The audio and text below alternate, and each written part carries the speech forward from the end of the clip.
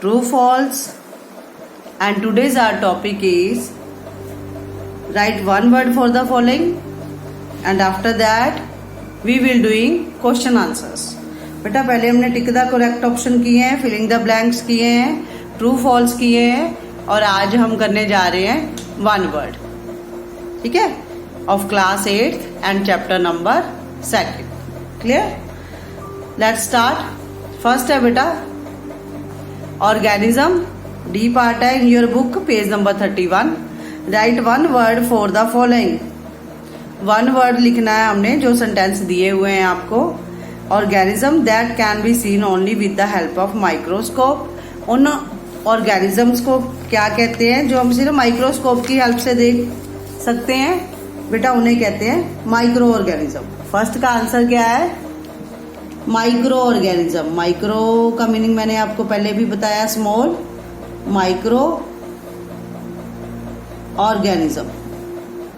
Clear? उसके बाद second है the diseases which can be transmitted from one person to another. उन बीमारियों को क्या कहते हैं जो एक व्यक्ति से दूसरे व्यक्ति तक फैलती हैं, ठीक है. वो होती हैं बेटा कम्युनिकेबल डिजीजेस.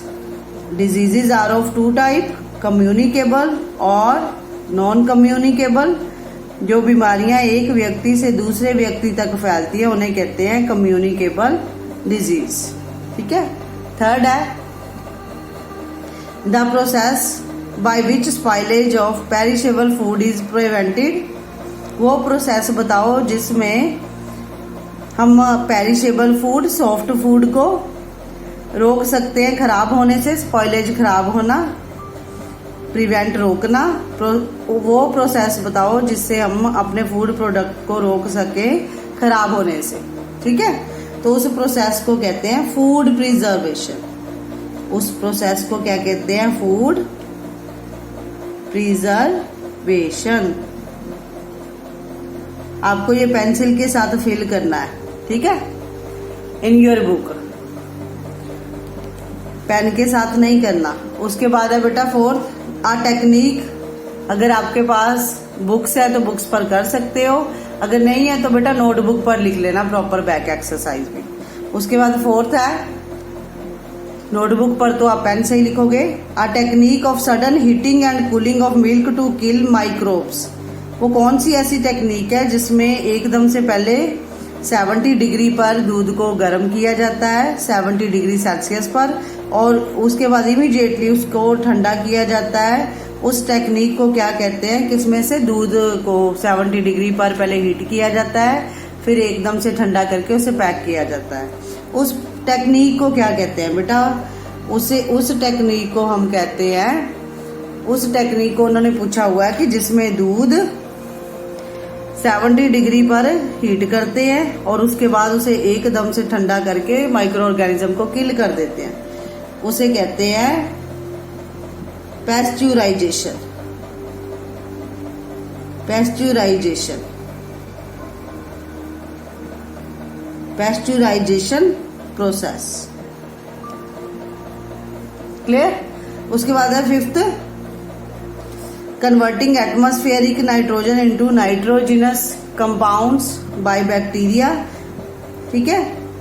एटमॉस्फेयर की नाइट्रोजन को नाइट्रोजिनस कंपाउंड में चेंज करना बैक्टीरिया के द्वारा, उसे क्या कहते हैं बेटा? उसे कहते हैं नाइट्रोजन फिक्सेशन. नाइट्रोजन फिक्सेशन, ठीक है. मिल्क को पेस्चुराइज किया जाता है 70 डिग्री पर, जो आपका फोर्थ पार्ट था. तो फर्स्ट का वन वर्ड का आंसर क्या है? पार्ट कौन सा है? ये आपका डी इन योर बुक, ठीक है. फर्स्ट का आंसर है micro organism, second communicable disease, third food preservation, fourth pasteurization process, and fifth is nitrogen fixation process, ठीक है. बस नाइट्रोजन फिक्सेशन आप लिख देना. क्लियर? उसके बाद है बेटा क्वेश्चन आंसर्स, ठीक है. तो question answers are of two type given in your book. 2 तरह के हैं, शॉर्ट आंसर टाइप क्वेश्चंस है और लॉन्ग टाइप क्वेश्चन आंसर्स है. तो पहले शॉर्ट आंसर टाइप क्वेश्चंस है, साथ साथ में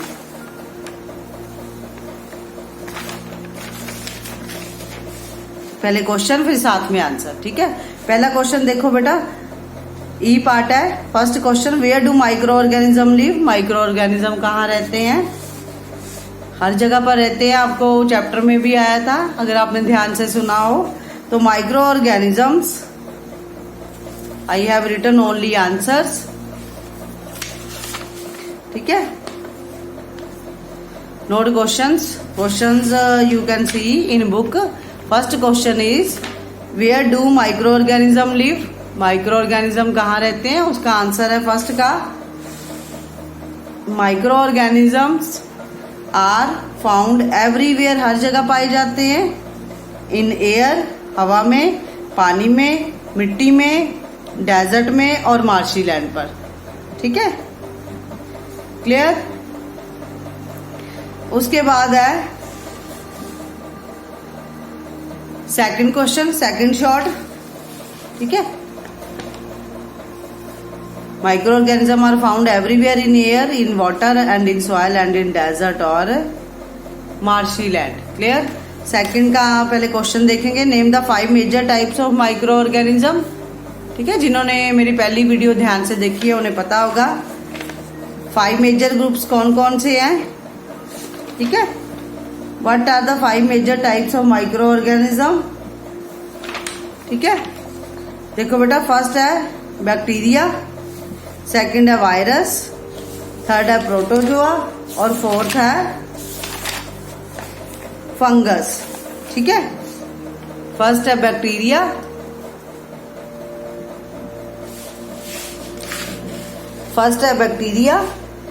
सेकंड है वायरस,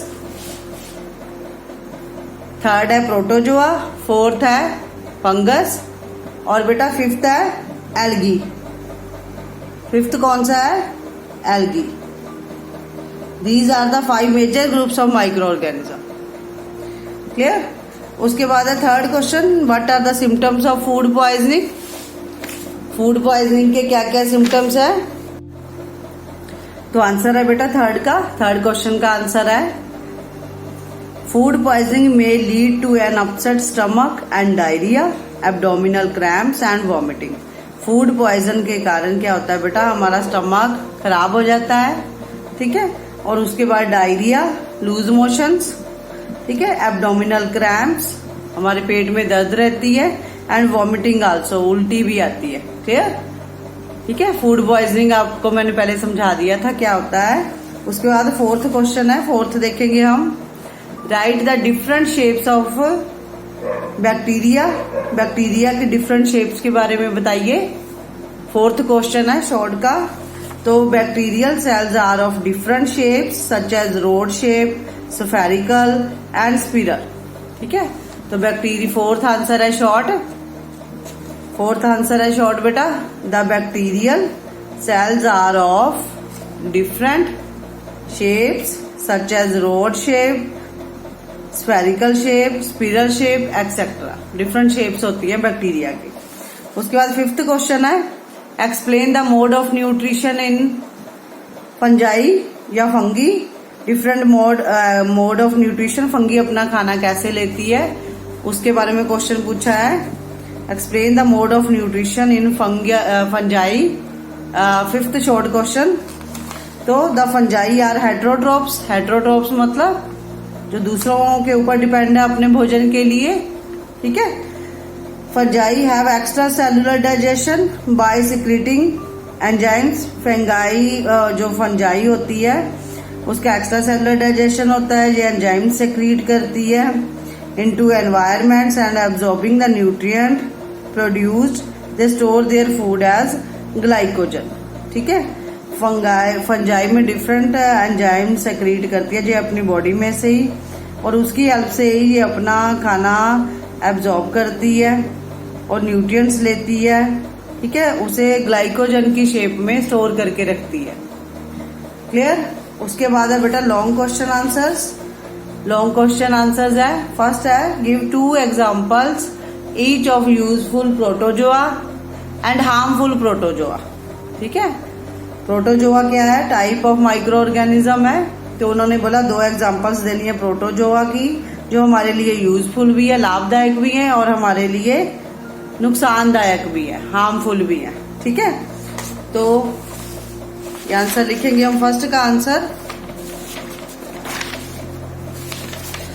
का आंसर है बेटा लॉन्ग क्वेश्चन आंसर्स। ठीक है, फर्स्ट क्वेश्चन क्या है, give 2 examples of useful protozoa and harmful protozoa. First long question है आपका, तो आप आंसर में लिखोगे लॉन्ग क्वेश्चन आंसर्स। फर्स्ट का आंसर है यूजफुल प्रोटोजोन्स आर, हेडिंग डाल दोगे आप। फर्स्ट है some free living protozoa form an important link in an aquatic food chain. जो जैसे प्लैंकटन है, फ्री लिविंग प्रोटोजोआ होते हैं, वो एक इम्पोर्टेंट लिंक बना लेते हैं। ठीक है, एक्वेटिक फूड चेन, जो पानी में होते हैं ऑर्गेनिज्म, उनके साथ एक एक्वेटिक फूड चेन बना लेते हैं। दे फीड ऑन एल्गी, ये एल्गी खाते हैं protozoa, they feed on algae. ठीक है, आपको पता है एल्गी वाटर में होती है। They feed on algae, algae को ये खा लेती है। And are in turn eaten by bigger animals. ठीक है, और इसे कौन खा जाता है, जो बड़े एनिमल्स होते हैं। ठीक है, प्रोटोजोन की एग्जांपल प्लैंकटन, जैसे मैंने बता दिया आपको, amoeba, paramecium are also example of protozoans. उसके बाद और यूजफुल प्रोटोजोआ के क्या लाभदायक काम है। सेकंड है some forms of protozoa help in the final degradation of waste and sewage. कुछ प्रोटोजोआ होते हैं वो हेल्प करते हैं वेस्ट को कम करने में। ठीक है, और सीवेज की वेस्ट को कम करने में। ठीक है, degradation of waste and sewage, clear. उसके बाद है यूजफुल प्रोटोजोआ और हार्मफुल दोनों ही पूछे। यूजफुल 2 पॉइंट हमने बता दिए हैं कि वेस्ट को कम करने में हेल्प करते हैं, और साथ में ये एक एक्वेटिक फूड चेन लिंक भी बनाते हैं। हार्मफुल प्रोटोजोन्स, हेडिंग डालोगे। हार्मफुल प्रोटोजोआ कौन कौन से होते हैं। Number 1, sometimes amoeba live in the large intestine of humans. किसी समय जो अमीबा है, जो ह्यूमंस की लार्ज इंटेस्टाइन होती है, ठीक है, उसमें रहता है। Which cause bleeding and diarrhoea, जिसके कारण खून बहना शुरू हो जाता है, और diarrhoea, loose motions, which is termed as amoebic dysentery. ठीक है, उस बीमारी को कहते हैं amoebic dysentery, caused by amoeba. ठीक है, when they are present in the large intestine of human beings, clear. उसके बाद सेकंड है हार्मफुल इफेक्ट क्या है प्रोटोजोआ का। अब वॉर्म लाइक प्रोटोजोआ, ठीक है, वॉर्म जैसे कीड़ा होता है बेटा। अब worm like protozoa trypanosoma, PANOSOMA, ठीक है। अब worm like protozoa trypanosoma lives in the blood stream of human beings, humans के ब्लड में प्रेजेंट होता है, ठीक है। कैटल्स के ब्लड में प्रेजेंट होता है, जंगली वाइल्ड एनिमल, जंगली एनिमल्स के ब्लड में प्रेजेंट होता है, ठीक है। फिर ये करता क्या है, it cause a disease called African sleeping sickness, ये एक बीमारी इसके कारण हो सकती है, ठीक है। तो उसे it cause a disease called African sleeping sickness, ठीक है, इसके कारण एक बीमारी होती है, उसे कहते हैं अफ्रीकन स्लीपिंग सिकनेस, क्लियर। उसके बाद है सेकंड लॉन्ग देखो आपकी बुक में दिया होगा बेटा, right the beneficial actions of bacteria, fungi and algae, ठीक है। बैक्टीरिया, फंजाई, एल्गी हमारे लिए कैसे यूजफुल है वो लिखो आप, उसके बारे में लिखो। तो सबसे पहले बैक्टीरिया का एक्शन, क्यों बैक्टीरिया हमारे लिए यूजफुल है, सेकंड आंसर है बेटा, सेकंड क्वेश्चन है लॉन्ग, उसका आंसर है the beneficial actions of bacteria. Number 1 पर बैक्टीरिया है तो बैक्टीरिया के बारे में लिखेंगे, और बैक्टीरिया का ही फर्स्ट पॉइंट है the bacteria lactobacillus promotes the formation of curd from milk. जो बैक्टीरिया होते हैं लैक्टोबैसिलस, जो दूध को दही में चेंज कर देते हैं, ठीक है। तो इसलिए इनका ये यूजफुल इफेक्ट है हमारे लिए, नहीं तो हम दही नहीं खा पाएंगे without the help of bacteria, ठीक है, which is very favourite of children. बच्चों को बहुत पसंद होता है ना दही, तो उसको दूध से दही बनने में हेल्प करते हैं हमारे लैक्टोबैसिलस बैक्टीरिया, ठीक है। उसके बाद है इसका सेकंड पॉइंट, सेकंड पॉइंट है बेटा बैक्टीरिया कैसे यूजफुल है हमारे लिए, ये लिखेंगे हम। Second point, bacteria living in the intestine of herbivorous animal. जो बैक्टीरिया होते हैं वो हर्बीवोरस एनिमल की इंटेस्टाइन में प्रेजेंट होते हैं। जैसे हमारी इंटेस्टाइन होती है ऐसे काओ, बफलो, हॉर्स, ठीक है, जो हर्बीवोर्स होते हैं उनकी इंटेस्टाइन में होती है, उनमें प्रेजेंट होते हैं ये, ठीक है। ये क्या करते हैं, produce enzymes which act upon cellulose and help in the digestion, ठीक है। और ये बैक्टीरिया क्या करते हैं, हर्बीवोर्स के एनिमल्स में प्रेजेंट होते हैं और ऐसे एंजाइम्स बनाते हैं जो सेलुलोज के डाइजेशन में हेल्प करे। सेलुलोज का डाइजेशन ह्यूमन बींग्स नहीं कर सकते, ये हर्बीवोर्स ही कर सकते हैं। क्यों? क्योंकि हर्बीवोर्स की इंटेस्टाइन में बैक्टीरिया प्रेजेंट होते हैं जो सेलुलोज के डाइजेशन में हेल्प करते हैं, ठीक है। सेलुलोज बेटा ग्रीन प्लांट्स, ग्रास में होता है, वो हम नहीं डाइजेस्ट कर सकते, वो एनिमल्स ही डाइजेस्ट कर सकते हैं। क्यों? क्योंकि उनकी इंटेस्टाइन में बैक्टीरिया होते हैं। थर्ड यूज क्या है बैक्टीरिया का, बैक्टीरिया सच एज माइकोडर्मा, ठीक है। एक बैक्टीरिया ऐसे है, बैक्टीरिया थर्ड पॉइंट है, bacteria such as mycoderma aceti, name of the bacteria mycoderma aceti, ठीक है। हेल्प इन प्रोड्यूसिंग विनेगर और एसिटिक एसिड। कुछ एक ऐसे बैक्टीरिया है जो हेल्प करते हैं सिरका बनाने में, वो कौन से बैक्टीरिया है, माइकोडर्मा एसिटाई। क्लियर? सिरका तो सभी यूज करते हैं ना, रेड कलर के अनियन खाते हैं ना हम सैलेड में, वो सिरके की हेल्प से रेड होते हैं और वो सिरका बनाता कौन है, माइकोडर्मा एसिटाई। क्लियर? उसके बाद फंगस के क्या क्या यूजेस है वो हम देखेंगे, क्योंकि इस क्वेश्चन में यूजेस ही पूछे हैं, पहले बैक्टीरिया के, फिर फंगस के, फिर सेकंड का हेडिंग डाल दोगे बी पार्ट का फंजाई, ठीक है। तो बेनिफिशियल एक्शंस ऑफ फंजाई यार, फंजाई के बेनिफिशियल एक्शन कौन से हैं, लाभदायक कौन से ऐसे कारण हैं जिससे हम इन्हें पसंद करते हैं। नंबर 1 एंटीबायोटिक्स, बेटा फंगस से ही बनती है। पेनिसिलिन जो फर्स्ट एंटीबायोटिक थी, वो फर्स्ट टाइम जो एंटीबायोटिक थी पेनिसिलिन बनी थी 1948 में बाय अलेक्जेंडर फ्लेमिंग, है ना। उन्होंने कहाँ से बनाई थी, antibiotics are obtained from fungi, penicillin is obtained from the fungus, ठीक है। कौन सी फंगस थी वो, पेनिसिलिन नोटेटम, ठीक है। Clear? Antibiotics are obtained from fungi, penicillin, antibiotics are obtained from fungi, penicillin is obtained from the fungi, penicillin notatum। ये first beneficial लिखेंगे point और एक्शन ऑफ फंगस। सेकंड है सम fungi such as mushroom, जैसे वो हम vegetable में खाते हैं। एग्जाम्पल किसकी है फंजाई की, some fungi such as mushroom are directly use as food, इसलिए हम उसकी वेजिटेबल बना के खा लेते हैं, बड़े हेल्पफुल है, ठीक है। और हमारे जो हार्ट है उसे बहुत मजबूत करते हैं मशरूम। क्लियर?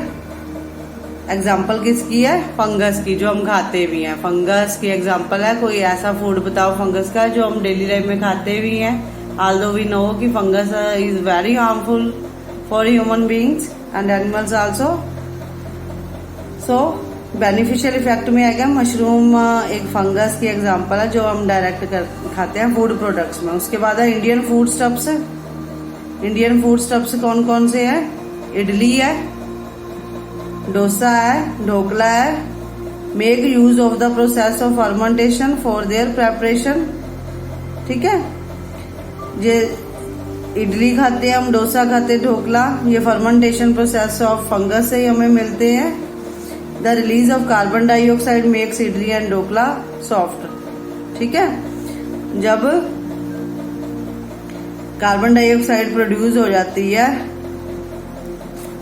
उसका जो मतलब कि क्या कहते हैं उसे, डफ होता है इडली का और ढोकला, जब तभी हम बनाते हैं जब उसके डफ में से कार्बन डाइऑक्साइड गैस रिलीज हो जाती है और उसका साइज क्या हो जाता है, डबल हो जाता है। Indian food stuffs like idli, dosa and dhokla make use of the process, ठीक है, of fermentation for their preparation. The release of carbon dioxide make idli and dhokla soft.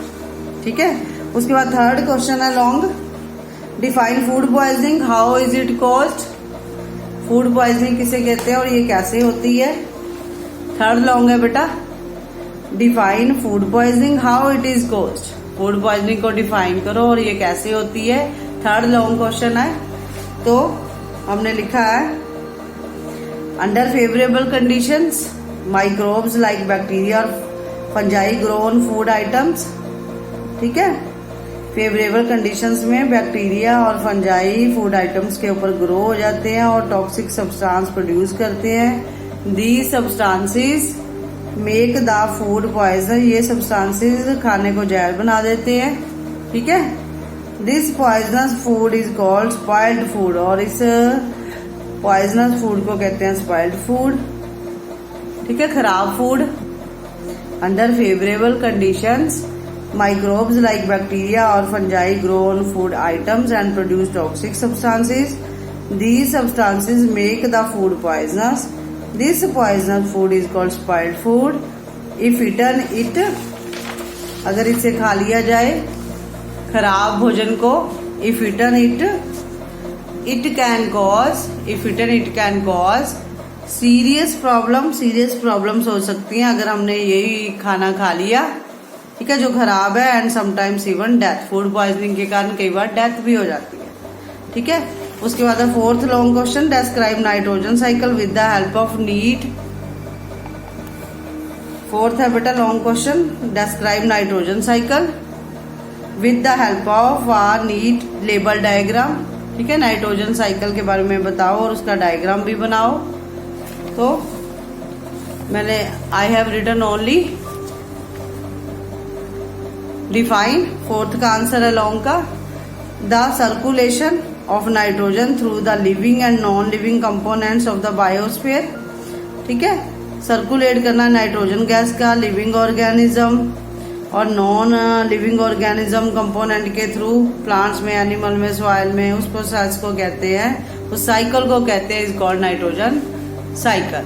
The circulation of nitrogen through the living and non living components of the biosphere is called nitrogen cycle. ठीक है. और उसके बाद diagram. पहले भी मैंने आपको बोला था कि बेटा आपको नाइट्रोजन साइकिल का डायग्राम बनाना पड़ेगा और मैंने आपको अच्छी तरह से समझाया भी था. यही डायग्राम आपको बनाना है नाइट्रोजन साइकिल का. ठीक है. नाइट्रोजन साइकिल का प्रॉपर डायग्राम बनाना है आपको और डिफाइन लिखनी है. क्लियर. ये पहले की वीडियो में आप उठा के डायग्राम बना सकते हो. उसके बाद fifth long and the last long of your book. What are the advantage of food preservation. ठीक है बेटा. फिफ्थ लॉन्ग देख लो. What are the advantage of food preservation. ठीक है. फूड प्रिजर्व क्यों करना चाहिए, सेफ क्यों रखना चाहिए. तो ताकि वो लॉन्ग लास्टिंग चले, ज्यादा देर तक चल जाए. है ना. खराब खाना खाएंगे तो हमें कई तरह की बीमारियां हो सकती हैं. तो इसलिए फूड प्रिजर्वेशन करना बहुत जरूरी है और हमारी मनी भी वेस्ट होगी बार बार फूड बनाने में या लाने में. तो उससे बेटर हम फूड प्रिजर्व भी कर लेंगे, सेफ ही कर लेंगे.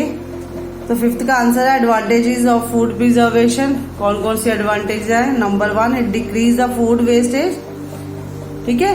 अगर फूड को हमने प्रोटेक्ट कर लिया इससे फूड वेस्टेज कम होगी. Second it increase the storage period of perishable food material. अगर हमने फूड मटेरियल को फूड को प्रिजर्व कर लिया तो क्या होगा, उससे जो फूड आइटम्स हैं वो खराब होने से बच जाएंगी स्टोरेज पीरियड के दौरान. ठीक है. और उसके बाद है और जितनी देर स्टोर की हो ज्यादा देर चलेंगी अगर हमने उसे केयरफुली स्टोर किया हो. ठीक है. उसके बाद थर्ड है it ensure the availability of out of season food material. Store करने के दौरान क्या होता है बेटा, हम जो मौसम नहीं भी होता कई बार वो भी हम चीज खरीद सकते हैं. मान लो पीज है, आपको पता है गर्मियों में कम आते, सर्दियों में ज्यादा आते, तो हमें स्टोर्ड फूड भी मिल जाते हैं अगर हम उसे सेव करके रखेंगे या प्रिजर्व करके रखेंगे तो आउट ऑफ सीजन में भी हमें वो फूड प्रोडक्ट्स मिल जाते हैं। क्लियर? ठीक है। First point, it decrease the food wastage. Second है it increase the storage period of perishable food material. Third है it ensures the availability of out of season food materials. And fourth is it ensures the availability of perishable food material. ठीक है।